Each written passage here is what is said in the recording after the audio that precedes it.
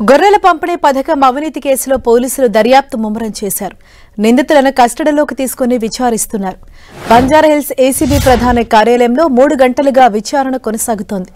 10 అకౌంట్లలో 2,10,00,000 బదిలీ అయినట్లు గుర్తించారు. 18 మంది రైతుల స్టేట్మెంట్లు, బ్యాంక్ ట్రాన్సాక్షన్స్ ముందు పెట్టి విచారిస్తున్నారు.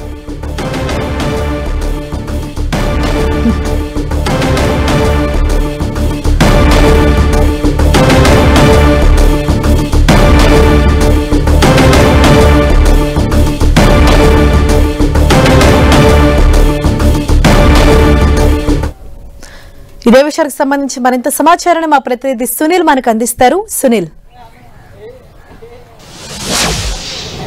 గొర్రెల స్కామ్ కేసులో అరెస్ట్ అయినటువంటి 4 పశుసంవర్ధక శాఖలో పనిచేస్తున్నటువంటి అధికారులను ఈరోజు నాంపల్లి ఏసీబీ కోర్టు ఆదేశాల మేరకు చెంచల్గూడ జైలు నుంచి ఉదయం 11 గంటల ప్రాంతంలో కస్టడీలో తీసుకున్నారు. ఏసీబీ అధికారులు వైద్య పరీక్షలు నిర్వహించి అనంతరం బంజారాహిల్స్ లో ఉన్నటువంటి ఏసీబీ ప్రధాన కార్యాలయంలో 4 నిందితులు కూడా విచారిస్తున్నారు. ప్రస్తుతం దాదాపు 3 గంటల పాటు పశుసంవర్ధక శాఖలో పనిచేస్తున్నటువంటి 4 నిందితులని పూర్తిగా విచారించి వారి యొక్క స్టేట్మెంట్ కూడా నమోదు చేసుకున్నారు. ఇందులో ప్రధానంగా 2,10,00,000 రూపాయలు గొర్రెల స్కామ్ కేసులో డబ్బులు దారి మళ్లినట్లు కూడా ఇప్పటికే ఏసీబీ అధికారులకు రైతులు ఇచ్చినటువంటి స్టేట్మెంట్ ఆధారంగా వాటిని ముందు ఉంచి ప్రస్తుతం ఏసీబీ అధికారులు ఆ 4 అధికారులను అటు రవి కావచ్చు, అదేవిధంగా రఘుపతి రెడ్డి కావచ్చు, మరొక 2 మొత్తం 4 నిందితులు కూడా ప్రస్తుతం ఏసీబీ అధికారులు ఈరోజు కస్టడీలో తీసుకొని విచారిస్తున్నారు. ఇందులో ప్రధానంగా 18 మంది రైతులు ఇచ్చినటువంటి స్టేట్మెంట్ ఆధారంగా వారందరూ కూడా విచారిస్తే వారి యొక్క స్టేట్మెంట్ కూడా నమోదు చేసుకున్నారు. 10 అకౌంట్లకు 2,10,00,000 రూపాయలు బదిలీ అయినట్లు కూడా ఇప్పటికే ఏసీబీ అధికారులు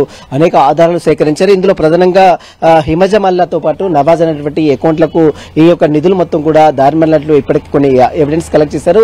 ఆ అకౌంట్లకు సంబంధించి దానిపై ఏ విధంగా ట్రాన్సాక్షన్ చేశారు, ఎవరు చెప్తే ఈ డబ్బులు రైతులకు అందవలసిన డబ్బులు ఇతరుల అకౌంట్లకు ఏ విధంగా బదిలీ చేశారు, మీరు వెనుక ఎవరు అసలు సూత్రధారులు ఎవరు, పాత్రధారులు ఎవరు అన్న దానిపై కూడా ఏసీబీ అధికారులు వారి దగ్గర నుంచి స్టేట్మెంట్ నమోదు చేసుకున్నారు. ఇక గొర్రెల స్కామ్ తరహాలోనే మరోవైపు ఆవులు కూడా పెద్ద ఎత్తున స్కామ్ జరిగినట్లు ఇప్పటికే కొంతమంది రైతులు అటు ఏసీబీ అధికారులకు ఫిర్యాదు చేసిన నేపథ్యంలో దానిపై కూడా ఏసీబీ అధికారులు ఈ 4 పశుసంవర్ధక శాఖలో పనిచేస్తున్నటువంటి ఈ 4 అధికారుల దగ్గర నుంచి కూడా స్టేట్మెంట్ నమోదు చేసుకున్నారు.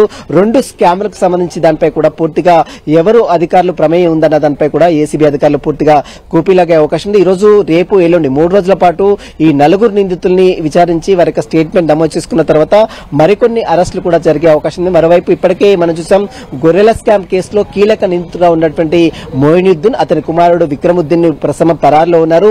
వారి ప్రమేయం ఏమిటి, వారు చెప్తేనే ఈ డబ్బులు ట్రాన్సాక్షన్ జరిగిందా, ఇంకా ఎవరైనా దీని వెనుక అప్పట్లో ఉన్నటువంటి అధికారుల ప్రమేయం ఎంత, రాజకీయ ప్రముఖుల ప్రమేయం ఏముంది అన్న దానిపై కూడా ప్రస్తుతం అయితే ఏసీబీ అధికారులు అనేక కోణాల్లో దర్యాప్తు కొనసాగిస్తున్నారు. ప్రస్తుతం అయితే ఇంకా విచారణ కొనసాగుతుంది. ఈ రోజు 4 అధికారులు పశుసంవర్ధక శాఖలో పనిచేస్తున్న 4 అధికారుల స్టేట్మెంట్ నమోదు చేసుకుని వారి దగ్గర నుంచి కీలక ఆధారాలు సేకరించిన తర్వాత ఈ కేసులో ఇంకా మరికొన్ని అరెస్టుల సంఖ్య కూడా పెరిగే అవకాశం ఉంది. ప్రస్తుతం అయితే వీరిచ్చినటువంటి స్టేట్మెంట్ ఆధారంగా గతంలో పనిచేసినటువంటి రాజకీయ ప్రముఖుల ప్రమేయంతో పాటు అక్కడ ఉన్నటువంటి మాజీ మంత్రుల ప్రమేయము, అదేవిధంగా అక్కడ ఉన్నటువంటి అధికారుల ప్రమేయం ఎంతవరకు ఉందన్నపై మాత్రం ఏసీబీ అధికారుల దర్యాప్తు మాత్రం కొనసాగుతుంది. మొత్తం 2,10,00,000 రూపాయలు రైతులకు, ఆంధ్రప్రదేశ్ చెందినటువంటి ప్రకాశం జిల్లా, ఇతర జిల్లాలకు చెందినటువంటి రైతులకు రావాల్సిన డబ్బులు మొత్తం కూడా దారి మళ్లించారు.